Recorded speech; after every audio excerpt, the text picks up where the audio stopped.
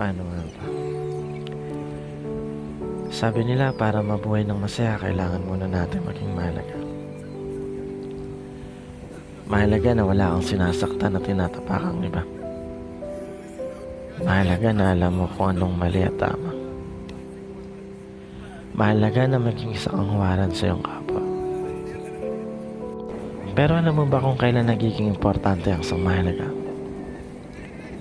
Dito sa mundo, halos lahat gusto na lang maging biktima.